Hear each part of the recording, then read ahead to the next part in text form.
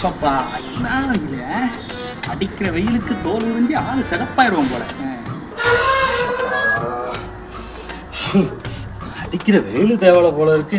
நாட்டுக்காம வந்தாலும் வந்துச்சு. தக்காளி பாடாபடுத்துறாயா அப்பா. என்ன தலைவரே ஒரே டென்ஷனா இருக்கீங்க போல தெரியுது. சனிக்கிழமை வரைக்கும் ஆஃபீஸில் வேலை ஆகுறோம். ஒரு ஞாயிற்றுக்கிழமை ஒரு வீட்டில் நிம்மதியாக தூங்க முடியுதா? காலையில் எந்திரிச்சதுலேருந்து கறி வாங்கணுங்கிறா, காய்கறி வாங்கணுங்கிறா, கதவை தொடங்குறா, ஒட்டடை எடுங்கிறா. இதெல்லாம் பத்தாதுன்னு வாங்கின கறியை சமைச்சு வேற கொடுக்கணுமா? இது பத்தாதுன்னு சாப்பிட்டு முடிச்சதுக்கப்புறம் பார்த்தா ஒரு வாரம் சேர்த்து வச்ச துணியே வேற அலசி வேற கொடுக்கணுமா? என்னடான்னு பார்த்தா இதெல்லாம் முடிஞ்சது பார்த்தாம அடுத்த ஒரு வாரத்துக்கு வெள்ளைப்பூடு வாங்குங்கிறா, வெங்காயத்தை வாங்குங்கிறா, மிளகு வாங்குங்கிறா, சீரை வாங்குங்கிறா, தக்காளி நம்மளை சீரை அழிக்கிறாயா. என்ன தலைவரை உங்களுக்கு ஒய்ஃபை கண்ட்ரோல் பண்ண தெரில. இப்போ என்ன எடுத்துக்கோங்க, காலையில் எந்திரிச்சதுலேருந்து முகங்கழுவி பல்லு விளக்கி காப்பி குடிச்சு சாப்பிட்ற வரைக்கும் எல்லாமே நம்மளை தேடி வந்துடும். ராஜாவாட்ட இருக்கிறேன். எங்கள் வீட்டில் நம்ம சொல்கிறது தான்.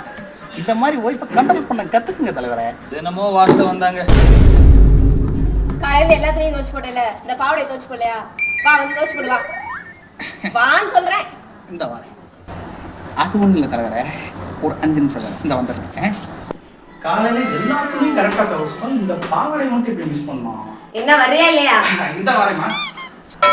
தக்காளி இவ்வளவு நேரம் வீரவசனம் எல்லாம் பேசிட்டு நமக்கு மேல இருப்பார் போலயே.